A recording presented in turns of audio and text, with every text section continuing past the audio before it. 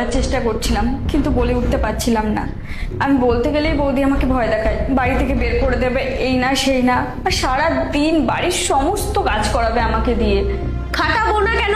তুমি এই বাড়িতে পড়ে পড়ে আমার বরের টাকায় খাচ্ছো, পড়ছো, ফুর্তি করছো, তোমাকে কি আমি এমনি এমনি ছেড়ে দেবো?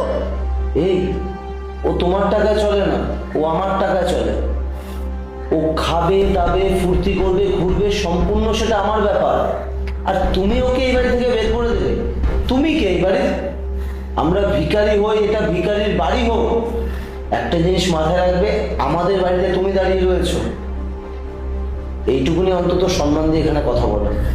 সত্যি বেবি, আমার তো ভেবেই খারাপ লাগছে যে তুমি এরকম একটা চিড়িয়াখানার মধ্যে থাকো। এই, তুই এত বড় বড় কথা বলার সাহস কোথা থেকে পাচ্ছিস?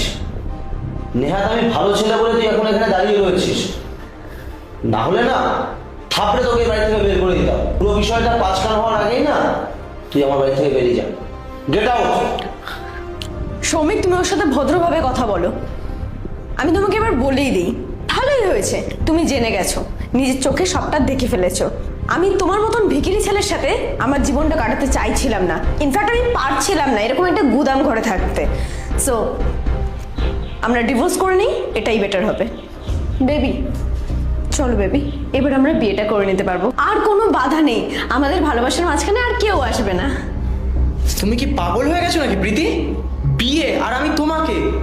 তুমি কি ভুলে গেছো তুমি অন্য একটা ঘরের বউ? আমার না বাইরে একটা সম্মান আছে, আর আমি তোমার মতো একটা মেয়েকে না বিয়ে করে নিজের ফিউচারটা নষ্ট করতে পারবো না।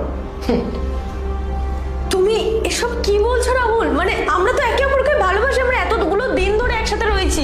স্টপ প্রীতি, আমি না তোমাকে ভালো টালোবাসি না। আমার এত টাকা রয়েছে আর আমি তোমার মতো বিবাহিত একটা মেয়েকে বিয়ে কেন করতে যাবো? আমি তো জাস্ট তোমাকে টাইম পাসের জন্য রেখেছিলাম, আজ আমার আর তোমাকে পোষাচ্ছে না। সো আমি আমার রাস্তা বেছে নিচ্ছি, তুমি তোমার রাস্তা বেছে নাও। Rahul please please try to understand. Rahul, চলে গেল তোমার প্রেমিক, এবার তুমিও বেরিয়ে যাও। তুমি কোন হিসাবে আমার বাড়িতে দাঁড়িয়ে রয়েছো? তুমিও আমার বাড়ি থেকে বেরিয়ে যাও, গেট আউট। আর হ্যাঁ, ভবিষ্যতে আর কোনোদিনও আমার দাদার সাথে কন্ট্যাক্ট করার চেষ্টা করো না।